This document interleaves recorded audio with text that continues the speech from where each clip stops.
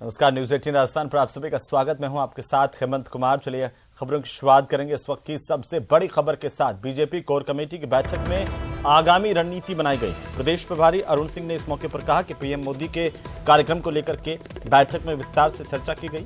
आगामी कार्यक्रमों को लेकर के भी चर्चा हुई।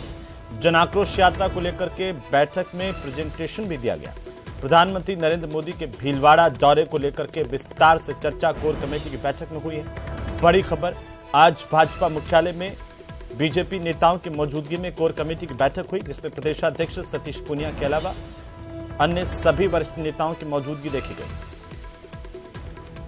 तो इस महीने के अंत में प्रधानमंत्री नरेंद्र मोदी राजस्थान के दौरे पर आ सकते हैं। कोर कमेटी की बैठक में आज इस पर विस्तार से चर्चा की गई है। 28 जनवरी को भगवान देवनारायण की जयंती पर भीलवाड़ा के आसीन में कार्यक्रम में प्रधानमंत्री शामिल हो सकते हैं। बीजेपी ने पीएम मोदी के दौरे को लेकर तैयारी शुरू कर दी है। पीएम मोदी के दौरे और प्रदेश बीजेपी के आगामी कार्यक्रमों को लेकर सोमवार को कोर कमेटी की बैठक में आज चर्चा की गई। बीजेपी प्रदेश प्रभारी अरुण सिंह ने बताया कि कोर कमेटी की बैठक में जन आक्रोश यात्रा को लेकर प्रेजेंटेशन दिया गया। उन्होंने कहा कि पीएम मोदी का 28 जनवरी को प्रदेश के दौरे पर आने का कार्यक्रम बन रहा है। प्रदेश कार्य समिति में बदलाव को लेकर उन्होंने कहा कि संगठन में थोड़ा बहुत व्यवस्था परिवर्तन चलता रहता है।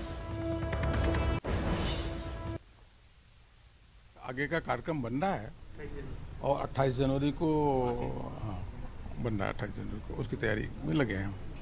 अब देखो उसको बताएंगे। देखिए संगठन में तो क्या होगा, थोड़ा बहुत व्यवस्था परिवर्तन चलता रहता है। तो चलिए आगे बढ़ेंगे। आपको बता दें कि जयपुर में पेपर लीक माफिया की बिल्डिंग को ध्वस्त किए जाने के बाद राज्यसभा सांसद डॉक्टर किरोड़ी लाल मीणा का बयान सामने आया। सांसद डॉक्टर किरोड़ी लाल मीणा ने कहा कि बिल्डिंग को ध्वस्त करना स्वागत योग्य है, लेकिन आरोपियों की संपत्ति को ध्वस्त कर कोचिंग में अध्ययनरत बच्चों की सरकार फीस वापस करें। वहीं राज्यवर्धन सिंह राठौड़ ने कांग्रेस पार्टी पर बड़ा हमला बोला। राज्यवर्धन सिंह राठौड़ ने कहा कि बिल्डिंग किराए की थी, नुकसान किसी और का किया। धन्यवाद देना चाहता हूं सरकार को। उन्होंने बिल्डिंग को तो ध्वस्त कर दिया बताया, लेकिन पत्रकार वार्ता के बाद या उससे पहले जितने बच्चों से करीब 70 हजार रुपये फीस लिए वो बर्बाद हो गए। उन बच्चों के फीस की भरपाई सरकार करे और राज्य भर में जहां जहां भी सुरेश ढाका और भूपेंद्र सारण की नामी बेनामी प्रॉपर्टी है उसको चिन्हित करके ऐसे ही ध्वस्त किया जाए। 16 बार पेपर लीक होने के बाद रीट का जो अभियुक्त था उसकी हमने बिल्डिंग गिरा दी। झूठ और सफेद झूठ, क्योंकि जिसकी बिल्डिंग गिरी है वो तो व्यक्ति कोई और ही है। अभियुक्त ने तो केवल किराए पे वो बिल्डिंग ली हुई थी। और ये अभियुक्त भी कौन है? एक छोटी मच्छी इस पूरे खेल के अंदर। इस नकल माफिया के अंदर जो बड़े लोग हैं उन्हें तो संरक्षण दे रही है राजस्थान सरकार। राजस्थान सरकार ये क्यों नहीं बताती कि कलाम इंस्टीट्यूट के साथ कौन से नेता, कौन से मंत्री जुड़े हुए हैं, कहां तक ऊपर पैसा जा रहा है। तो चलिए आगे बढ़ेंगे। श्रीगंगानगर में एंटी टैंक माइंस मिली है। बड़ी जानकारी इस वक्त की। श्रीगंगानगर से सीमावर्ती गांव 82 आरबी के खेत में लाइव एंटी टैंक माइंस मिली है। बड़ी खबर, किसान की सूचना पर रायसिंह नगर पुलिस मौके पर पहुंची। पुलिस ने बीएसएफ के अधिकारियों को इसकी सूचना दी है। सबसे पहले सबसे तेज तस्वीरें न्यूज 18 राजस्थान पर आप देख पा रहे हैं अपनी टीवी स्क्रीन पर। रायसिंह नगर पुलिस जानकारी मिलते ही मौके पर पहुंची। बीएसएफ को इसकी सूचना दी गई है। बॉर्डर सिक्योरिटी फोर्सेस के अधिकारी मौके पर पहुंचने के बाद तफसील से जांच होगी। बड़ी जानकारी है। श्रीगंगानगर से की सबसे बड़ी खबर आ रही है। 82 आरबी के खेत में यह लाइव एंटी टैंक माइंस मिली है। किसान की सूचना पर रायसिंह नगर पुलिस मौके पर पहुंची, जांच जारी है।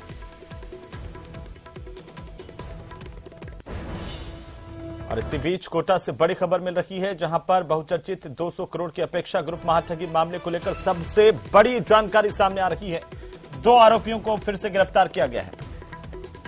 बड़ी खबर है, आरोपियों को प्रोडक्शन वारंट पर जेल से गिरफ्तार किया गया। इनसे पूछताछ होगी। प्रोडक्शन वारंट पर पुलिस ने 2 आरोपियों को गिरफ्तार किया है। 23 लाख रुपए की धोखाधड़ी के मामले में पूछताछ हो रही है। आरोपियों पर दर्ज अब तक 100 से ज्यादा मामलों में लगातार तफ्तीश जारी है और 12 से ज्यादा पहले ही गिरफ्तार हो चुके हैं आरोपी। 2500 लोगों के साथ चिटफंड कंपनी ने ठगी की वारदात को अंजाम दिया था। बहुचर्चित 200 करोड़ के अपेक्षा ग्रुप महाठगी प्रकरण को लेकर 2 आरोपियों की फिर से पूछताछ होगी। गिरफ्तार आरोपी मुरली मनोहर और हरिओम को प्रोडक्शन वारंट से जेल से पुलिस अपनी कस्टडी में लेगी, पूछताछ करेगी। एक व्यक्ति के साथ 83 लाख रुपए की धोखाधड़ी के मामले में ये पूछताछ है और आरोपियों के खिलाफ अब तक 100 से ज्यादा मुकदमे दर्ज हो चुके हैं। महिला समेत 1 दर्जन से अधिक आरोपियों को गिरफ्तार किया जा चुका है।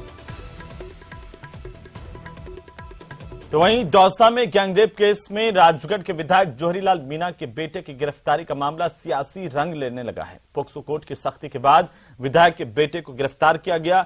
अब विपक्ष इस पर कानून व्यवस्था को लेकर के सवाल खड़े कर रहा है। रिपोर्ट देखिए।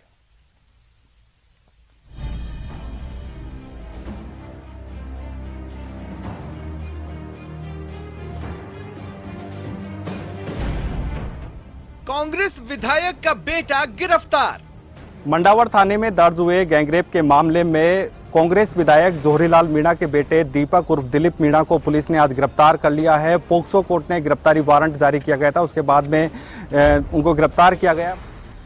गैंगरेप केस में पोक्सो कोर्ट की बड़ी कार्रवाई। न्यायालय के आदेशानुसार ही गिरफ्तारी वारंट पर गिरफ्तार किया है। उनके आदेश से अभी जेसी छोड़ने जा रहे हैं। क्या मामला समझे? पहले कितने आरोपी अरेस्ट हो चुके थे? दो हो चुके हैं। विधायक पुत्र की गिरफ्तारी, विपक्ष के सवाल। सांच को आंच नहीं, सरकार ने, मुख्यमंत्री ने उनको संरक्षण देने की, बचाने की कोशिश की, बावजूद इसके और पुलिस वहां तक पहुंची है और ये कार्रवाई की है, तो ये अपने आप में इंडिकेट करती है कि किस तरीके से अपराधों की पराकाष्ठा है और अपराधों में राजनीतिक संरक्षण की पराकाष्ठा है। मामला राजगढ़ के कांग्रेस विधायक जोहरीलाल मीणा के बेटे दीपक उर्फ दिलीप मीणा का है, जिसे लंबे अंतराल के बाद पुलिस ने गिरफ्तार किया। दीपक की गिरफ्तारी नाबालिग से गैंगरेप केस में हुई है। हालांकि इस केस में पुलिस की भी काफी किरकिरी हुई है। गिरफ्तारी वारंट जारी किए थे 190 के प्रार्थना पत्र पे पुलिस ने उसका नाम काट दिया था और वो गैंगरेप में इन्वॉल्व था, इसलिए कोर्ट ने जब चालान पेश किया, चार्जशीट में से उसका नाम हटाया, तो उसके खिलाफ कोर्ट ने 190 सीआरपीसी में प्रसंज्ञान लेकर के गिरफ्तारी वारंट जारी कर रखे थे, जिनकी उन्होंने जमानत भी खारिज हो चुकी थी अग्रिम। 10वीं में पढ़ने वाली एक छात्रा ने मार्च 2022 में दौसा के मंडावर थाने में मुकदमा दर्ज कराया था। लड़की ने विधायक के बेटे समेत 3 लोगों पर गैंगरेप की एफआईआर दर्ज कराई। पूरा प्रकरण है फरवरी 2021 का है, जब 10वीं की एक नाबालिग छात्रा जो अलवर जिले के गांव की रहने वाली थी, उसने 3 आरोपियों के खिलाफ गैंगरेप का मुकदमा दर्ज कराया था। यह प्रकरण भी करीब 1 साल बाद में दर्ज हुआ था, यानी मार्च 2022 में मुकदमा दर्ज हुआ था। उसके बाद में पुलिस ने 2 आरोपियों को गिरफ्तार कर लिया था। जो तीसरा आरोपी था उसको पुलिस ने आरोपी नहीं माना था, लेकिन जो दौसा की पोक्सो कोर्ट है उन्होंने गिरफ्तारी वारंट से तलब किया गया था। पुलिस ने पहले तो मामला देरी से दर्ज किया, फिर लड़की के आरोप के बाद भी विधायक के बेटे को आरोपी नहीं माना। दौसा की पॉक्सो कोर्ट ने सीआरपीसी की धारा 190 के तहत आरोपी दीपक मीणा के खिलाफ गिरफ्तारी वारंट जारी किया। कोर्ट ने आरोपी दीपक को 23 जनवरी तक पेश करने के निर्देश दिए थे।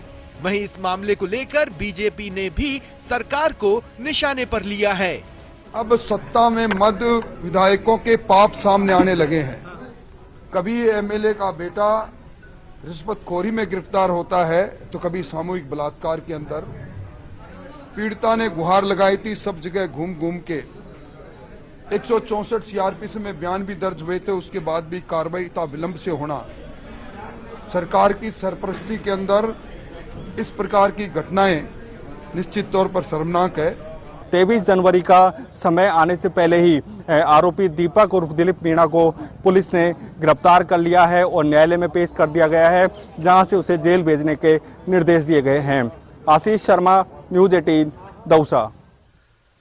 तो चलिए आगे बढ़ेंगे और इसी बीच बड़ी खबर है, पुलिस पर पथराव की जानकारी सामने आ रही है। बीकानेर से बड़ी जानकारी, जहां पर बीकानेर के नापासर इलाके से बड़ी और अहम खबर मिल रही है। बड़ी खबर है, बीकानेर के नापासर में पुलिस की गाड़ी पर पथराव हुआ है। जुआ खेलने वालों को गिरफ्तार करने के लिए पुलिस की टीम यहां पर पहुंची। गुसाईसर में सांसी मोहल्ले की घटना बताई जा रही है। और इस दौरान पुलिस की गाड़ी के शीशे टूट गए।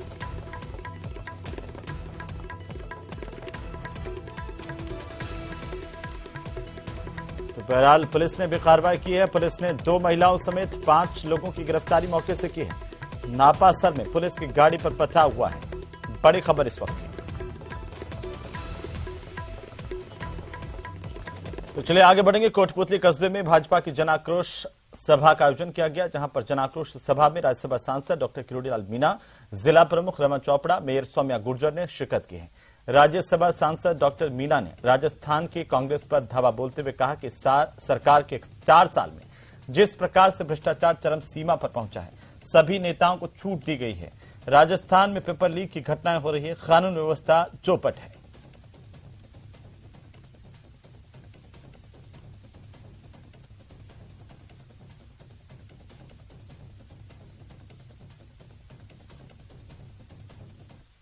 आप ये दर्शाती है कि कोटपुतली में भयंकर आक्रोश है। लोगों में आक्रोश के कई कारण है।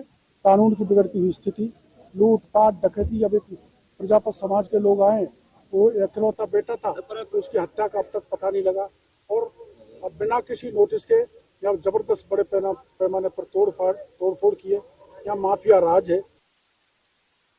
तो प्रदेश सरकार के महिला और बाल विकास विभाग के मंत्री ममता भूपेश आज सिकराय विधानसभा क्षेत्र के दौरे पर रहीं और इस दौरान उन्होंने पीलवा, हिंगी, मानपुर और हिंगवा में सड़क शिलान्यास कार्यक्रम में शिरकत की। इस दौरान उन्होंने हिंगी गांव में हाल ही में अंग्रेजी माध्यम में कन्वर्ट हुई स्कूल का भी लोकार्पण किया।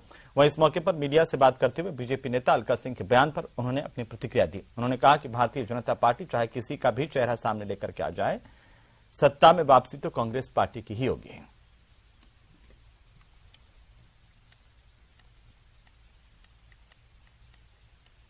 सरकार लगातार ग्रामीण परिवेश के लोगों के कार्यों के लिए कार्य कर रही है। सड़कों का शिलान्यास हमने किया और मुझे खुशी है कि हमारी सरकार ग्रामीण जनता को गणेश मान के कार्य कर रही है। सिकराय विधानसभा को बहुत से नवाचारों के साथ में हमने पिछले 4 साल में नवाजा है। ग्रामीण जनता विभिन्न प्रकार के विकास कार्यों को देख के खुश है और मुझे उम्मीद है कि हमारी जनता हमें आने वाले समय में भी अपना आशीर्वाद दे।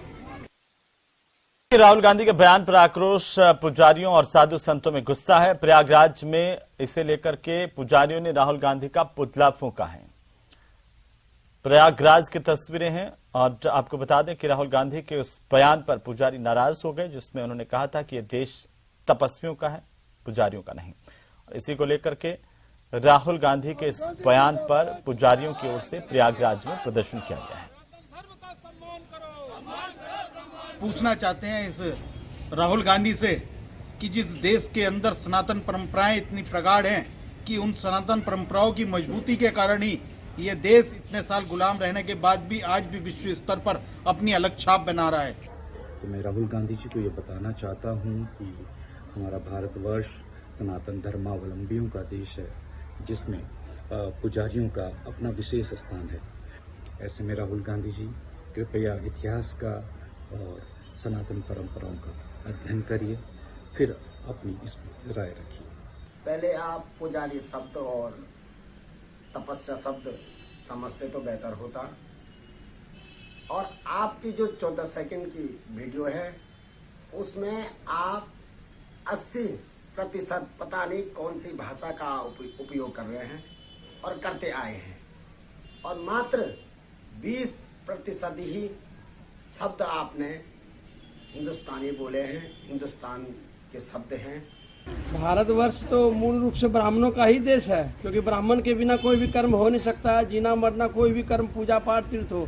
मैं तो बैद्यनाथ धाम का हूँ, और बैद्यनाथ धाम में भी अगर आप मंदिर आते हो पूजा करने के लिए, तो बिना, जब तक आप कोई भी सिनेमा हॉल में भी जाते हो तो बिना गेट कीपर का अंदर नहीं जा सकते हो। उसी प्रकार से बिना ब्राह्मण का कोई भी। तो वहीं राहुल गांधी के तपस्वी और पुजारी वाले बयान को लेकर धर्मगुरुओं ने नाराजगी जताई और इस बयान को लेकर के अपना आक्रोश जाहिर किया। करौली के कैला देवी और मदन मोहन जी के धर्माधिकारी ने राहुल गांधी के बयान पर ऐतराज जताया है।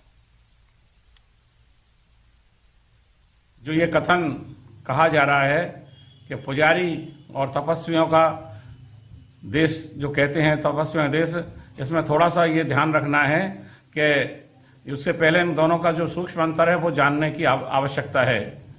क्योंकि राजनीतिक नेतागण अपने तरीके से भगवान के ध्यान और पूजन को वो प्रतिपादित करते हैं, जबकि शास्त्रों में ये है कि पूजा अर्चना ये सब ध्यान और ये सब पुजारी और तपस्वी दोनों एक हैं, इनमें किसी प्रकार का भेद नहीं समझना चाहिए। तो चलिए आगे बढ़ेंगे। कोटा से बड़ी खबर, जहां पर किशोर की गोली मार करके हत्या करने के मामले को लेकर बड़ी जानकारी सामने आ रही है। पुलिस ने 2 आरोपियों को गिरफ्तार किया। आरोपी साहिल और फैज अली को पुलिस की तरफ से गिरफ्तार कर लिया गया है। तलवंडी इलाके के कैफे में अगस्त महीने में हत्या की वारदात को अंजाम दिया गया था। 2 आरोपी इस हत्याकांड को लेकर गिरफ्तार किए गए हैं। तलवंडी में कैफे में अगस्त में हत्या हुई थी। कैफे में 17 साल के अरकान को मौत के घाट उतार दिया गया था। जवाहर नगर पुलिस ने इस मामले में कार्रवाई की है। वहीं पाली जिले के रोहट उपखंड के निमली गांव में 4 जनवरी से आयोजित हो रही जम्बूरी का सोमवार को केंद्रीय मंत्री अनुराग ठाकुर के आतिथ्य में समापन हुआ। इस दौरान देश भर से पहुंचे 37,000 स्काउट गाइड ने एक साथ सामूहिक नृत्य किया। यहां पर डाल डाल पात पात पर सोने की चिड़िया करती है बसेरा, वो भारत देश है मेरा गाने पर सभी प्रदेशों के स्काउट गाइड्स ने अलग अलग वेशभूषा में नृत्य किया। जम्बूरी में रिकॉर्ड बनाया। वहीं इससे पहले मंत्री अनुराग ठाकुर ने जम्बूरी का निरीक्षण कर स्काउट गाइड को सैल्यूट किया। वहीं देश के विभिन्न प्रांतों से पहुंचे स्काउट गाइड्स की ओर से परेड कर सलामी दी गई।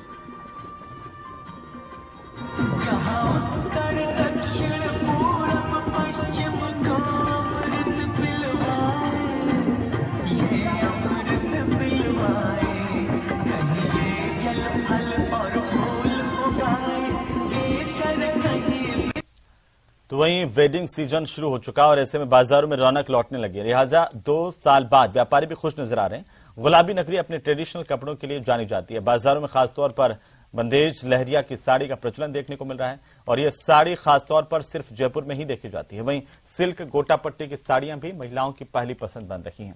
बात अगर गर्ल्स की जाए तो जो दुल्हन बनने जा रही है वो उनकी पहली पसंद लहंगा बन रहा है। जरदोजी का लहंगा हो या थ्रेड वर्क का लहंगा और सीक्वेंस लहंगा भी लगातार ट्रेंडिंग में है।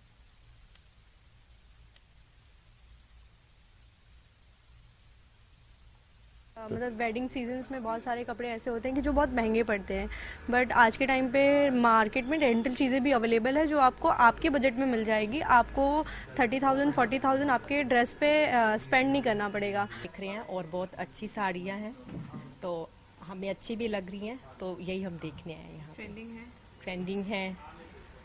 देखिए रेंट का कॉन्सेप्ट हमने भी नहीं सोचा था इतना अच्छा चलेगा, सेलिंग से भी अच्छा, क्योंकि रेंट्स पे विन विन सिचुएशन रहती है उनके लिए भी और हमारे लिए भी, क्योंकि रेंट्स का जैसे जो लहंगा 10 से 20 हज़ार रुपये का है या 30 हज़ार रुपये का है वो लहंगा उनको आराम से 2 से 3 हज़ार रुपये में मिल जाता है।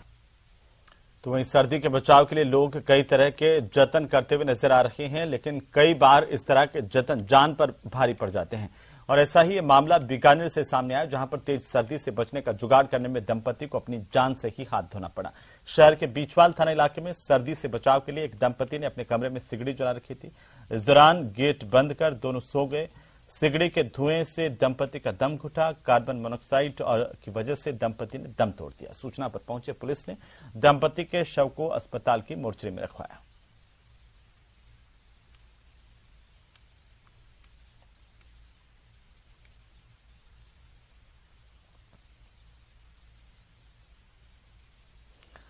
चलिए आगे बढ़ेंगे। अजमेर से बड़ी खबर मिल रही है, जहां पर माइंस में बड़ा हादसा होने की जानकारी इस वक्त सामने आ रही है। क्रेन गिरने से 2 युवकों की जान गई है। बागसूरी गांव की घटना है। माइंस में बड़ा हादसा हुआ, क्रेन गिर गई जिससे 2 युवकों की जान गई है। दोनों शवों को अस्पताल की मोर्चरी में रखवाया गया है। अजमेर से इस वक्त की बड़ी खबर मिल रही है। एक खान में बड़ा हादसा हुआ है। बागसूरी गांव में खान में क्रेन गिरने से हादसा हुआ और इससे 2 युवकों की जान गई है।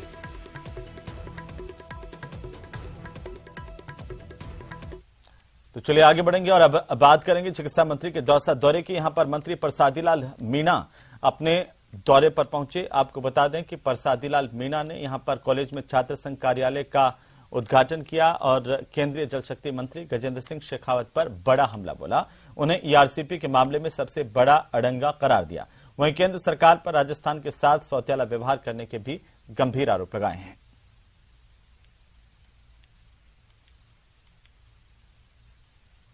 का सौतेला व्यवहार कर रहे हैं और ERCP नहीं करने का नतीजा बीजेपी को भुगतना पड़ेगा। जनता मन बना चुकी है और ये निश्चित रूप से गजेंद्र सिंह ही इसमें सबसे बड़ा अड़ंगा है। मध्य प्रदेश के पानी को ज़्यादा चिंता है उनको, राजस्थान की चिंता नहीं है, मध्य प्रदेश की चिंता है। मध्य प्रदेश का पानी इस पर सहमति नहीं है कि ये हो रहा है। निश्चित रूप से हमारा इतना पानी आ रहा है, सरप्लस वाटर। इस साल इतनी बाढ़ आई कोटा में कि हमारे 13 जिले 2 साल तक सिंचित हो जाते हैं। वो चाहते हैं कि केवल पीने का पानी ले।